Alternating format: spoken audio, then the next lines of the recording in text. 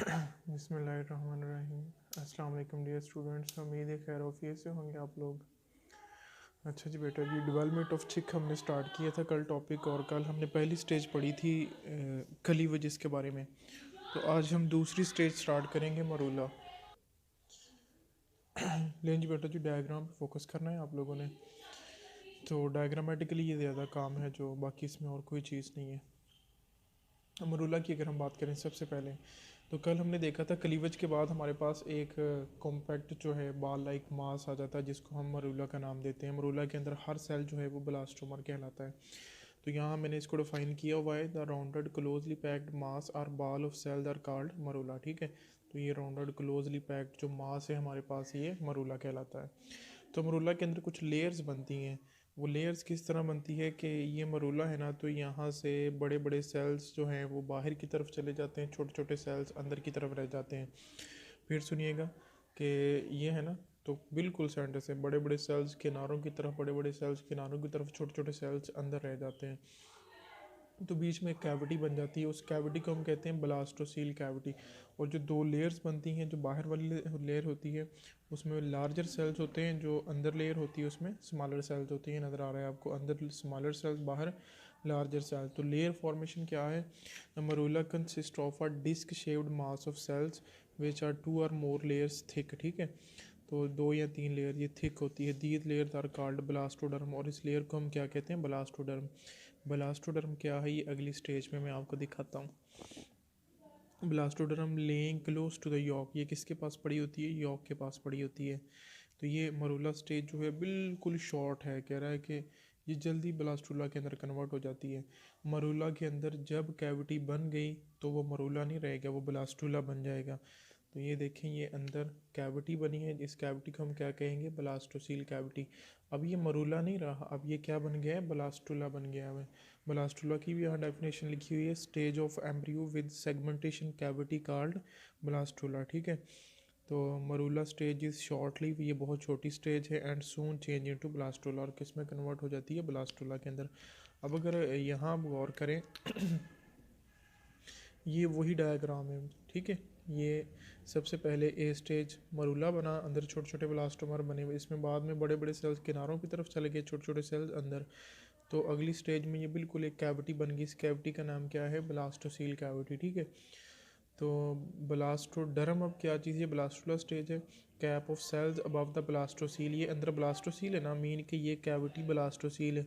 तो ब्लास्टोसील के ऊपर जो कैप लाइक स्ट्रक्चर बन रहा है, ये वाला जो स्ट्रक्चर है, इसको हम नाम देते हैं ब्लास्टोडर्म। ये क्या है? Blastoderm. Cap of cells above the blastocoel, नीचे ये ब्लास्टोसील है ना सारी कैविटी, ऊपर ये जो सेल्स की लेयर है इसको हम ब्लास्टोडर्म का नाम देते हैं। ब्लास्टोडर्म के नीचे ये सारा यॉक पड़ा हुआ है। ठीक है, ले जी, जो ब्लास्टुला स्टेज है हमारे पास, अब यहाँ पे एक जंक्शन बनता है जिसको हम,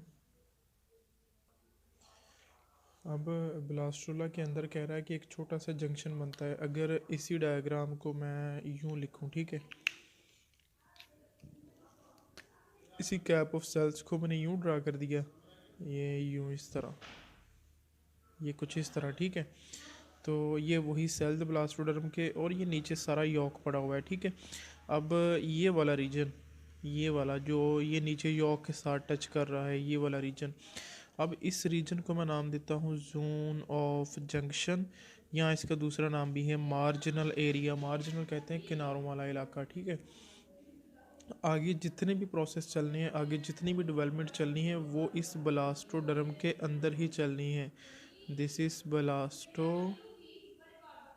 ब्लास्टोडर्म। आगे जितने भी हम स्ट्रक्चर पढ़ेंगे, जितने भी चीज़ें पढ़ेंगे, वो सारी चेंजेस, तब्दीलियाँ इस ब्लास्टोडर्म के अंदर चलेंगी, इस डिस्क, इस कैप के अंदर चलेंगी। तो जोन ऑफ जंक्शन ये वाला इलाका, यानी जहाँ पे ये यॉक और ये मार्जिनल एरिया आपस में मिल रहे हैं, तो इस एरिया को हम क्या कहते हैं? Zone of junction. तो जोन ऑफ जंक्शन को यहाँ भी डिफाइन किया हुआ है, सेल्स ऑफ मार्जिनल एरिया, के मार्जिनल एरिया के सेल्स ऑफ ब्लास्टोडर्म, किसके? ये वाली ब्लास्टोडर्म के। रमेन अनडिटैच्ड, कह रहा है कि वो डिटैच नहीं होते बल्कि जुड़े रहते हैं फ्राम द यॉक, किससे? यॉक से। कह रहा है कि known as zone of junction, और इस इलाके को हम क्या कहते हैं, जोन ऑफ जंक्शन। एक्चुअली ये जो यॉक पड़ा हुआ है ये रिज़र्व फूड है, क्योंकि डेवलपिंग एम्ब्रियो को साथ साथ फूड भी तो चाहिए, उसको खाना भी चाहिए, उसने जो है वो प्रॉपर सरवाइव करना है, लिहाजा उसके फूड का भी नेचर ने यहाँ बंदोबस्त किया हुआ है। तो आगे इससे जितने ब्लास्टुला बनेगा, गैस्ट्रोला बनेगा, जितने भी चेंजेस आनी है, जितनी भी तब्दीलियाँ आनी है यहाँ आनी है। और ये नीचे वाला सारा जो पोर्शन है ये सारा यॉक पड़ा हुआ है, यॉक उसका रिज़र्व फूड है, ठीक है। तो यहाँ गैस्ट्रोला जो है वो भी सॉरी ब्लास्टुला जो है वो भी कंप्लीट हो चुका है। उसके बाद हमारे पास चौथी स्टेज है आगे, गैस्ट्रोला या गैस्ट्रुलेशन। तो गैस्ट्रोला या गैस्ट्रुलेशन की यहाँ डेफिनेशन लिखी हुई है।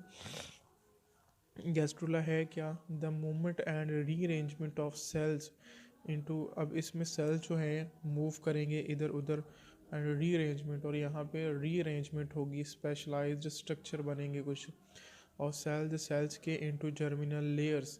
तो गैस्ट्रोला के अंदर लेयर फॉर्मेशन होगी, यहाँ पे एक्टोडर्म बनेगी, एंडोडर्म बनेगी, आगे मीजोडर्म भी जो है वो फर्दर फिर बनेगी। तो लेयर फॉर्मेशन ये एमसीक्यूज में अक्सर पूछ लेता है कि लेयर फॉर्मेशन किस स्टेज में होती है, तो ये आपने याद रखना है कि गैस्ट्रोला के अंदर, ये इंपॉर्टेंट एमसीक्यूज आता है इधर से, कि जो लेयर फॉर्मेशन है, एक्टोडर्म बनती है, एंडोडर्म बनती है, मीजोडर्म बनती है, वो कहाँ पे बनती है, गैस्ट्रोला स्टेज के अंदर, इन एम्ब्रियो कार्ड गैस्ट्रुलेशन। तो वो स्टेज जिसमें लेयर फॉर्मेशन होती है, लेयर बनती है, तो फिर उससे क्या बनता है, वो उससे आगे पे स्ट्रक्चर्स बनते हैं। एंडोडर्म जो है वो मोस्टली इनर स्ट्रक्चर बना देती है। तो डिफरेंट जो है आने वाले गैस्ट्रोला के अंदर मज़ीद हम देखते हैं कहाँ कहाँ से क्या क्या स्ट्रक्चर बन रहा है।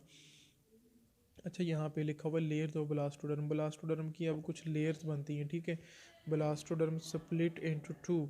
अब ये वाली जो ब्लास्टोडर्म है ये टूट जाती है, स्प्लिट हो जाती है दो के अंदर, ये भी हम डायग्राम्स के साथ देखेंगे, डायग्राम के अंदर कि ये किस तरह टूटती है।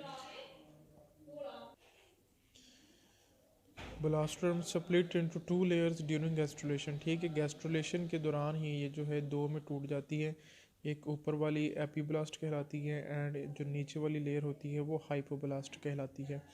और जो एपीब्लास्ट है उससे भी एक लेयर बनती है, हाइपोब्लास्ट उससे भी एक लेयर बनती है, और इन दोनों के दरमियान में भी एक लेयर बन जाती है। इस तरह हमारे पास तीन लेयर्स आ गई, एक एक्टोडर्म आ गई, एक एंडोडर्म, और एक इन दोनों के सेंटर में मीजोडर्म आ जाती है। ले जी देखते हैं अभी हम कि ये किस तरह, ये जो हमारे पास ब्लास्टोडर्म है ये स्प्लिट होती है, और इसकी जब जब ये स्प्लिट होती है तो किस तरह हमारे पास एपीब्लास्ट आती है और हाइपोब्लास्ट आती है।